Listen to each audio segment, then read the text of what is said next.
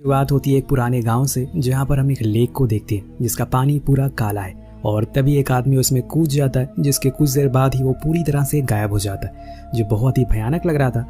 अब यहाँ से कहानी आगे बढ़ती है और हम इस कहानी के मेन किरदार लॉरा को देखते हैं, जो कि एक काफी कामयाब लड़की है, लेकिन उसकी खुद की जिंदगी में काफी उथल पुथल मची हुई है, जिसकी वजह से वो हमेशा नशे में रहती है। उसके बॉस भी उसे काफी पसंद करती है क्योंकि वो काम को काफी सीरियस लेती है और पैसे भी कमाना चाहती है, लेकिन उन्हें ये नहीं पता कि वो अपनी जिंदगी में किस हालातों से गुजर रही है। आते समय वो देखती है कि एक माँ अपनी छोटी सी बच्ची को डांट रही है क्योंकि वो बहुत रो रही थी। या लॉरा उनसे कहती है कि आप उसे क्यों डांट रही हो, वो तो सिर्फ एक बच्ची है। लेकिन वो दोनों उसे उल्टा सुनाने लगते हैं, जिसकी वजह से लॉरा को वहाँ से जाना पड़ता है। घर आने पे वो अपनी लवर एली को बुलाती है और इसके साथ इंटीमेट होती है और फिर से नशे करने लगती है। ऐसा करने के लिए एली उसे बहुत सुनाती है, लेकिन उसे कोई फर्क नहीं पड़ रहा था। वो पूरी रात नशा करती रहती है और सुबह उसके ऑफिस से कॉल आना शुरू हो जाता है। वो फौरन तैयार होकर निकलने ही वाली होती है कि तभी उसे एक स्ट्रोक आता है, जिससे वो वहीं गिर जाती है। उसे देखकर ऐसा लग रहा था कि जैसे वो मर चुकी है, लेकिन तभी हम उसके साइड में एक ब्लैक लिक्विड को आते हुए देखते हैं, जो उसके मुंह में चला जाता है, जिसके कुछ देर बाद ही जब लॉरा वापस से जिंदा हो जाती है। अब ये देखने में काफी अजीब था कि वो कैसे जिंदा हो गई, लेकिन उसे इस बारे में ऐसा कुछ पता नहीं था। अभी तक जो भी कुछ हुआ वो बस हमें ही दिखा था। अब ये ब्लैक लिक्विड क्या है ये हमें कुछ ही देर में पता चल जाएगा। अब वो घर से बाहर आती है तो देखती है कि वही कल वाली औरत अपनी बच्ची को साथ वहां पर खड़ी है, लेकिन हैरान कर देने वाली बात यही थी कि वो अपनी ही बच्ची को खा रही थी और उसके खून उसके मुंह पर लगा हुआ था, क्योंकि ये बस एक डरावना सपना था, फुली कि ये कभी सच ना हो। इसके बाद वो अपना फोन को चेक करती है तो उसे पता चलता है कि उसकी बॉस ने उसे काफी बार कॉल किया, इसलिए वो जल्दी से निकलती है। ऑफिस जाने पर उसे पता चलता है कि उसकी मॉम का उसकी बॉस के पास काफी बार कॉल आया, जो उसे कह रही थी कि उनकी तबीयत ठीक नहीं है, इसलिए उसे बात करना चाहती है। अब ये सुनकर लॉरा थोड़ा टेंशन में आ जाती है और वहीं सर पकड़कर बैठ जाती है। तभी उसकी नाक से खून आने लगता है और ये रेड नहीं बल्कि ब्लैक लिक्विड था, जो दिखने में खून तो नहीं लग रहा था। अब लॉरा घर आकर अपनी मॉम को कॉल लगाती है, जो उसे बताती है कि उन्हें लगा कि लॉरा की तबीयत खराब है, इसलिए उन्होंने उसे फ़ोन करा। कुछ दिन पहले उनकी भी तबीयत बहुत खराब हो चुकी है, पर लॉरा कहती है कि नहीं, मैं बिल्कुल ठीक हूँ, बस थोड़ा चक्कर आ रहा था। लेकिन यहाँ उसकी मॉम उसे विश करती है कि वो उसके पास आ जाए कुछ दिन के लिए। पर ये सुनकर लॉरा खुश नहीं होती, क्योंकि वो अपनी मॉम और डैड की वजह से ही 20 साल पहले उस जगह और उस गांव से भागकर यहाँ पर आ गई थी, और अब फिर से वहाँ जाना उसके लिए आसान नहीं होगा। लेकिन उसकी मॉम बहुत विनती करती है, इसलिए वो उन्हें मना नहीं कर पाती। कहीं ना कहीं वो भी चाहती थी कि उसकी और उसकी मॉम के बीच जो अनबन है वो ठीक हो जाए। वो सारा काम निपटा कर अगले दिन अपने विलेज की ओर निकल जाती है। कुछ समय के बाद जब वहाँ पहुँचती है तो देख कि चीज़ें काफ़ी बदल गई है। गांव के लोग उसे काफ़ी अजीब तरीके से घूर रहे थे, क्योंकि वो उसे बिल्कुल भी पसंद नहीं करते थे, और इसकी वजह थी कि उसी ने इस गाँव का नाम खराब कर दिया था। पर उसने ऐसा असल में किया क्या था ये हम नहीं जानते। वो अपने घर पहुंचती है, जहाँ पर गेट पर उसकी माँ किलिया उसका इंतजार कर रही थी। अब दोनों अंदर जाते हैं और यहाँ किलिया बिल्कुल उसी तरह से अपनी बेटी से बात करती है जैसे वो उसे आज से तकरीबन 20 साल पहले करती थी, जो कि बहुत ही अब्यूसिव था। ये बात लॉरा को पसंद नहीं आती। फिर भी दोनों एक साथ टेबल पर होते हैं और यहाँ लॉरा उसे अपनी जिंदगी के बारे में कुछ बातें बताती है कि कैसे वो शहर में एक अच्छी जिंदगी जी रही है। तो यहाँ उसकी माँ कहती है कि चलो हम लोग गार्डन में चलते हैं, जहाँ तुम बचपन में बहुत समय गुजारा करती थी।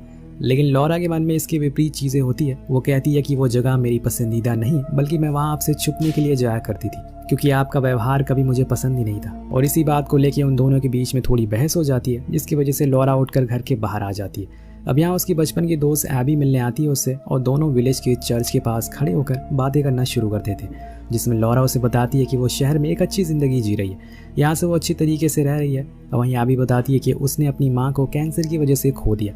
पर यहाँ वो एक और बहुत ही अजीब सी बात शेयर करती है कि वो और उसकी पूरी फैमिली के लोग इस गांव में शुरुआत से रह रहे हैं, और वो एक आम इंसान की तरह अपनी ज़िंदगी को जी रहे हैं, वरना तुम और लोगों को देखोगी तो पाओगे कि वो भी अजीब बिहेव कर रहे हैं। लॉरा को ये बात समझ नहीं आती, लेकिन वो फिर भी हामी भरती है और फिर अपने घर आ जाती है, जहाँ गेट पर किलिया खड़ी हुई थी, और वो उसे एक बार फिर से अजीब तरीके से उस गार्डन में चलने को कहती है। ये सुनकर लॉरा परेशान हो जाती है और आराम करने को बोलकर सोने के लिए चली जाती है। कुछ देर बाद जब उसके रूम में किलिया उसके लिए पानी लेकर आती है तो उसको डिनर पर आने के लिए बुलाती है। अब यहाँ हम किलिया को देखते हैं, जो बहुत ही अजीब वे में लॉरा के रूम के बाहर बैठकर उसे ही घूर रही थी। अब यहाँ पर डिनर का टाइम हो जाता है। दोनों खाते हुए बातें करते हैं, जिसमें उसकी माँ खुद की सिंपैथी के लिए कहती है कि उसके डैड ने खुदकुशी करने के बाद वो बहुत दिनों तक अकेली थी।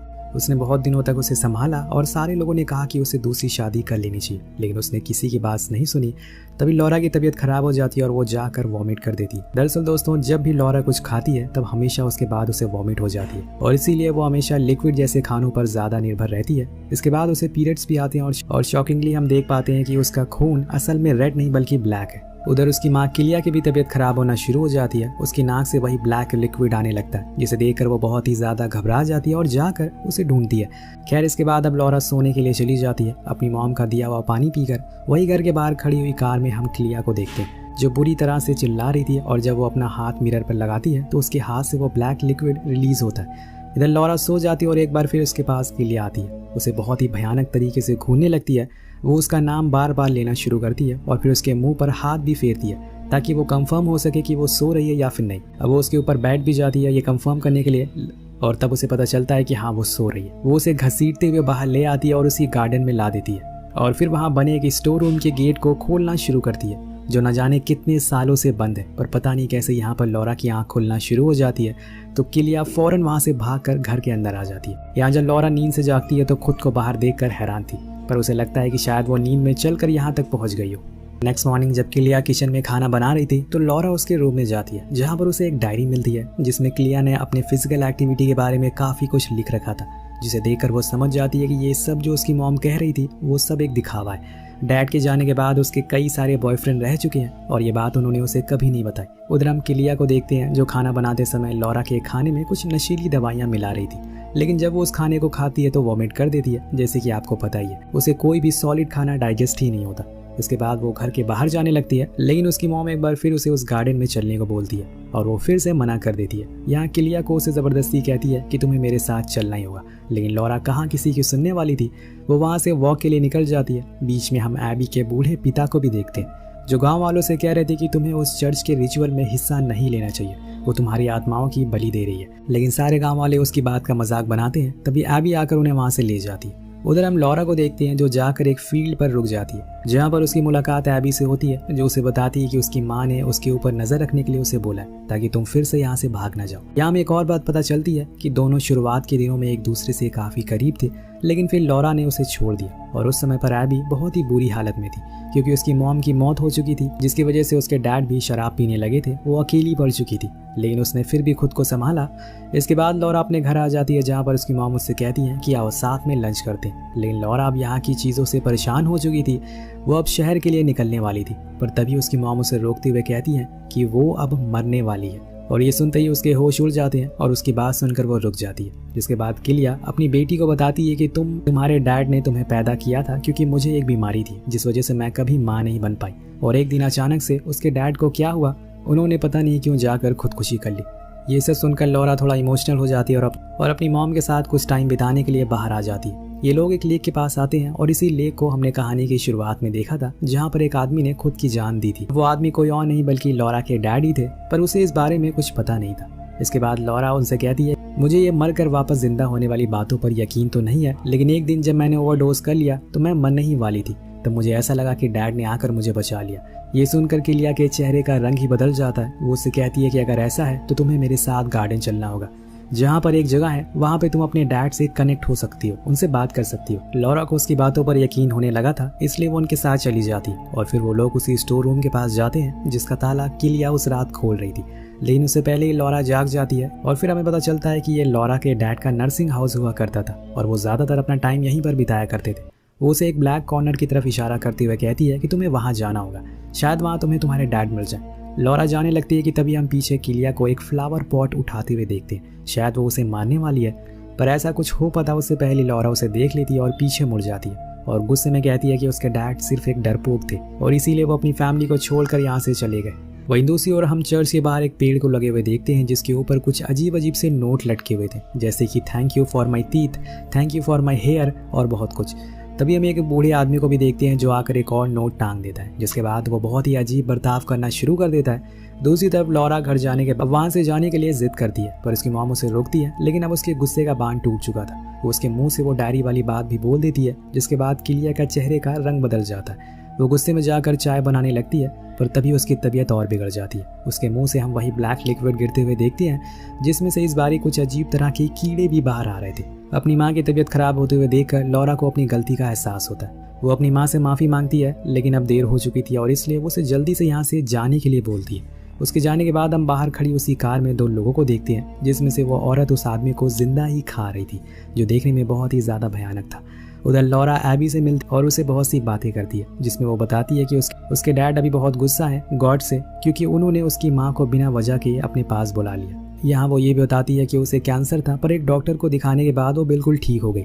कुछ समय के बाद दोनों एक दूसरे के करीब आ जाते हैं, लेकिन तभी लॉरा देखती है कि उसके हाथ में एक जख्म बन गया है। वो घर की ओर भागना शुरू कर देती है और सब कुछ छोड़ छाड़ कर। वही हम किलिया के पास उसी पेड़ वाले आदमी को देखते हैं, जो उसे कहता है कि गाँव वाले उसे बुला रहे हैं, पर वो कहती है कि अभी थोड़े दिन बाद वो उनके पास आ जाएगी। पर उसकी इस बात से वो आदमी नाराज़ हो जाता है और कहता है कि हम तुम्हारी बेटी की वजह से अपने नियम को बदल नहीं सकते, तुम्हें इन सब के बदले में इतना सब कुछ तो दे रहे हैं। उसकी इस बात से किलिया गुस्से में आ जाती है और कहती है कि तुम लोग मेरा एहसान कभी नहीं चुका सकते। उस आदमी के बार बार कहने पर वो मान जाती है, लेकिन तभी वहाँ पर लॉरा आ जाती है, जो उससे कहती है कि मॉम देखो ये मेरे हाथ में ये क्या हो रहा है। और इतनी ही देर में उसका जख्म और ज़्यादा बढ़ जाता है और अब तो उसके अंदर वॉर्म भी चलना शुरू हो गए थे। अब ये सब देखकर उसकी माँ कहती है कि तुम यहीं पर रुको, मैं अभी चर्च से होकर आती हूँ। वो उसके पास एक आदमी को छोड़कर जाती है ताकि वो यहाँ से कहीं भागे ना, लेकिन उसके जाने के बाद वो उसे मारकर बेहोश कर देती है और उस चर्च के पास चली जाती है। वो उसकी खिड़की से कुछ ऐसा देख जिससे कि उसके और हमारे दोनों के होश उड़ जाते हैं। असल में वहाँ पर लोग गॉड की नहीं बल्कि किसी शैतान की पूजा कर रहे थे। वहाँ पर जितने भी लोग मौजूद थे किसी ने भी कपड़े नहीं पहने हुए थे और सब अपने सामने खड़ी किलिया की पूजा कर रहे थे, जिसके चेस्ट से हम उसकी ब्लैक लिक्विड को बाहर आते हुए देखते हैं, जिसे सभी लोग फीड कर रहे थे। और इसी समय लॉरा के नाक और मुंह से भी वो ब्लैक लिक्विड बाहर आना शुरू हो जाता है। वो भागते हुए एबी के डैड के पास जाती है और उनसे पूछती है कि असल में वो लोग चर्च में क्या कर रहे हैं। अब यहाँ पर वो सारी सच्चाई बताते हैं कि तुम्हारी माँ असल में एक डीमन की बेटी है, क्योंकि उसके पिता एक जादूगर थे और जब उन्हें कोई औलाद नहीं हो रही थी तो उन्होंने खुद को शैतान के हवाले कर दिया, जिसके बाद तुम पैदा हुई। लेकिन तुम्हारी माँ ने उस शैतान की पावर को चुरा लिया, जिसमें इस गांव की सभी लोगों की जान जोखिम में पड़ गई। जिसके बाद तब से लेकर आज तक सभी लोग हर साल अपनी आत्मा को भेंट उस शैतान को देते हैं। यहाँ हमें एक और बात पता चलती है कि एबी की पूरी फैमिली इस रिचुअल में कभी शामिल नहीं होती और इसीलिए वो अभी तक सेफ है। वो उनसे पूछती है कि वो खुद को कैसे ठीक कर सकती है, तो वो उसे समझाते हैं कि अब वो ठीक नहीं हो सकती, इसलिए बेहतर है कि वो यहाँ से दूर चली जाए।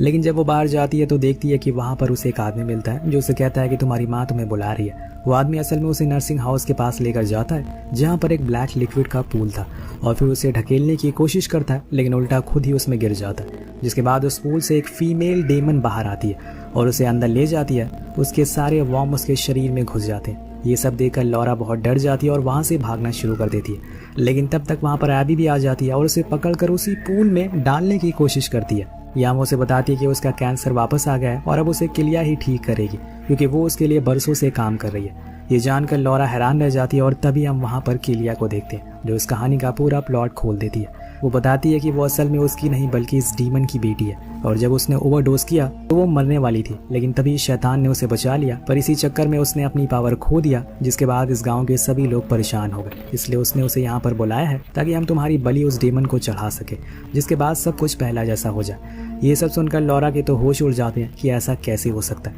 तभी वहाँ पर एबी के डैड आ जाते हैं। उसकी सच्चाई जानकर उसको मारने के लिए आगे बढ़ते हैं, लेकिन एबी बताती है कि पिछली बार उसका कैंसर किसी डॉक्टर ने नहीं बल्कि किलिया ने अपनी पावर से ठीक किया था। और ये जानकर वो खुद को मान लेते हैं, क्योंकि वो नहीं चाहते थे कि उनकी बेटी किसी शैतान के लिए काम करे। इतनी ही देर में किलिया लॉरा को उस पूल में ढकेल देती है, लेकिन वो शैतान माँ अपनी बेटी को कुछ करती नहीं है और उसे बाहर फेंक देती है। जिसके बाद लॉरा किलिया को बंदूक की नोक पर ले लेती है और कहती है कि इसे आज़ाद कर दो, लेकिन वो मना करते हुए कहती है कि अगर हमने ऐसा किया तो सारे गांव वाले मारे जाएंगे। जिसके बाद वो उसे लेकर चर्च में जाती है, जहाँ पर वो सभी के सामने कहती है कि ये सब कुछ जो हो रहा है वो तुम्हारे और तुम्हारी माँ की वजह से हो रहा है। अगर तुम उस दिन ओवरडोज नहीं करती तो हम सब बच जाते। जिसके बाद लॉरा उसे शूट कर देती है और फिर उसके मुंह को कुचल देती है, और बाद में जाकर वो लेक में खुद कूद कर जान दे देती है, क्योंकि अगर वो जिंदा रही तो ये सब ऐसे ही चलता रहेगा। उस डेमन को भी वो आज़ाद कर देती है, जिसके साथ ये कहानी यही खत्म हो जाती है।